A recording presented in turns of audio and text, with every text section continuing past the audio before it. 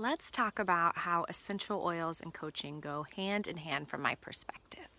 All right, so essential oils, of course, engage our sense of smell. Right now I'm smelling wild orange, which is the oil of abundance, and because it's citrusy, it's quite uplifting, which is perfect for this video. All right, so our sense of smell, right, it improves and allows us to have taste of food, and it also is often attached to memory. So how does it get attached to memory? So in our brain, we have something called our limbic system. The sole purpose of the limbic system is to store memory and to keep us safe. Thank you, limbic system, right? So what it does is it takes memories from the past and says, hey, in the past, this situation, this is what happened. This is how I experienced this person. When I smelled this, this is what happened, right? It either brought delight, it brought fear, it was a neutral situation, right? And then it takes that information and informs the current moment so then we can make decisions in the future, right? Some of these come with a lot of conscious awareness and some of them are more on autopilot. So what we get to do with our sense of smell, right? Because some of the smells anchor us, right? Really ground us. And some of the smells actually can be triggering for our bodies. So what do I mean by that? So let's say that we had some dental work done and it didn't really go the best, or it was quite painful and traumatic.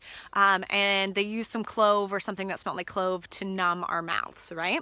So then whenever we smell clove, we start having a bit of a physical response, or maybe a large physical response, because our body's remembering that that was traumatic and that we didn't like that. So we have this instant repulsion to the smell of clove.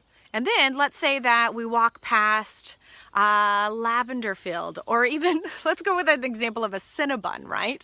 And you can remember when you arrived at an airport and you were going to see a loved one, and in the background of this reunion was the smell of a Cinnabon, right? So whenever you smell a Cinnabon, that memory comes racing forward, or for some reason you just find that it brings you more joy, and maybe you don't have the realization or the connection yet that it's because of that smell. So whether we have anchors of things that sense that bring us joy or feel neutral, or we have triggers of smells, the good news is that our olfactory bulb, so that is our sense of smell that's located in that limbic system. It's actually the only sense that processes its information in the limbic system. It has forever changing neurons. Isn't that incredible? So we can actually change the stories that we carry along with these sense of smells.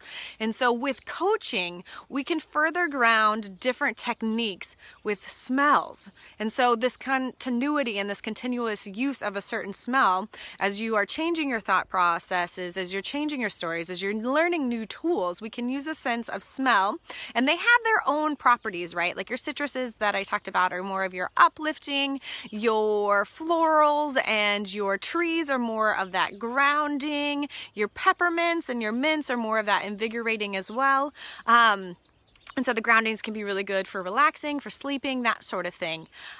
So what we can do is we can use these scents consistently as an additional tool in that we learn, or that we work together in your coaching plan to assist you in furthering anchoring these new stories and belief systems and patterns into your body. I think that is incredible.